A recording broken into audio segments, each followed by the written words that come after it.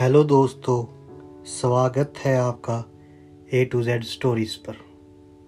हमारे साथ जुड़े रहने के लिए हमें सब्सक्राइब कीजिए और बेल आइकन को ज़रूर दबाइए।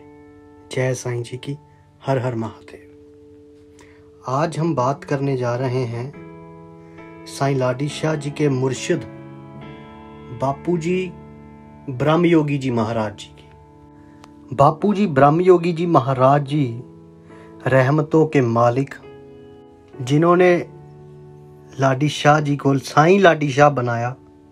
उन्होंने उनको नाम दिया था मेरा लाडी, लाडी साईं नाम पड़ा।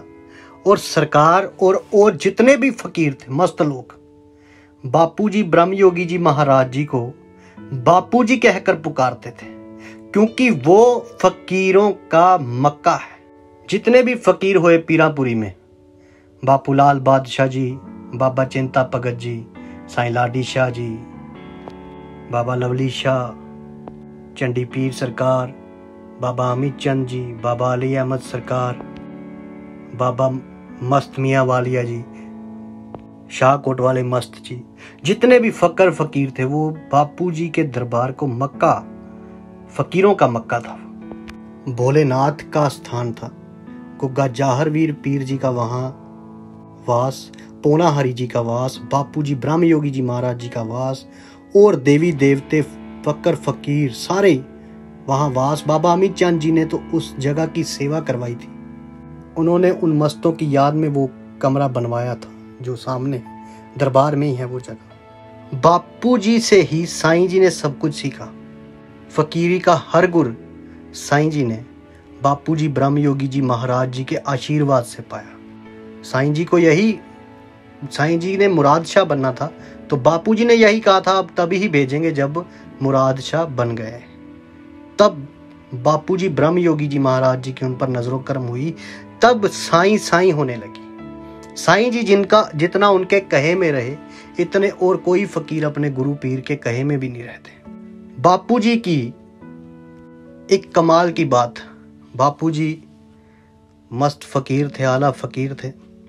शहनशाह मालिकी कहूंगा उनको मैं, क्योंकि शेषनाग का ही रूप थे, इच्छाधारी का रूप थे, लेडीज रूप थे, पर उनको बापू जी कहा जाता था। और बापू जी अपने मुरीदों को इतना प्यार करते थे कि ताती वाह ना लगने देते थे अपने मुरीदों को, अपने बच्चों को, जिससे उनको प्यार हो गया ना। डाढ़े फकीर थे, साईं जी को बहुत सारी परीक्षाएं देनी पड़ी, पर बापू जी अपने बच्चों को ताती वाह ना लगने देते। उनकी नजर जिस तरफ हो गई, समझना रहमतें उस तरफ हो गई। बापू जी के पास एक परिवार आया, बापू जी ब्रह्म योगी जी महाराज जी के दरबार, उनके गद्दी नशीं बाबा देव शाह जी, उनके दरबार में एक परिवार आया, और उस परिवार के बच्चे ने बाहर का वीजा, बाहर का जो पासपोर्ट वगैरह अप्लाई कर रखा था। अच्छा, उसका 3-4 बार रिफ्यूजल हो गया। बापू जी जब थे, अब वो हाजिर नाजर हैं, आगे गद्दी पर बाबा देव शाह जी हैं, तो बापू जी के दर पे ही आके अर्जी बेनती हुई ना उनकी।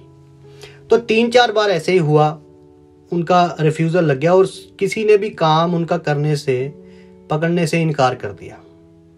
तो वो बापू जी के दरबार आए। वो एक्चुअली में किसी मुरीद के पास गए बापू जी के, तो बापू जी का जो मुरीद था वो उनको बापू जी के पास कि यहाँ दरबार में जाना पड़ेगा, वो बापू जी का दरबार है, हम तो उनके बच्चे हैं, ना फकीर हैं ना संत हैं, हम तो उनके बच्चे हैं, वहीं पे बात कर लेना आप जाके। अब वहां पे गए, वो बाबा जी से बात हुई। बाबा जी बोले, बेटा तेरे घर आएंगे।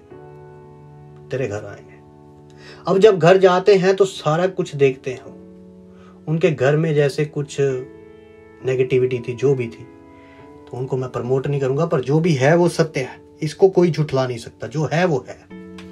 तो वो नेगेटिविटी थी। तो बाबा देव शाह जी बोले कि ऐसा ऐसा ये काम करना है, तो बच्चे का काम हो जाएगा। अब उनको यकीन ना हो, परंतु फिर भी उन्होंने वो बात सुनी, और जो भी पुजारी थी वो उनके कदमों में कि लो बाबा जी, जो भी आपने कहा है, पहले आधी बाद में हम बाद में दे देंगे। बाबा जी बोले ठीक है, जो भी है। तो उस लड़के का काम जो था वो बन गया। वो सुबह उठा, बापू जी के दरबार पे उसने माथा टेका, वो गया, उसका सारा काम जो अब तक नहीं बन रहा था वो बन गया।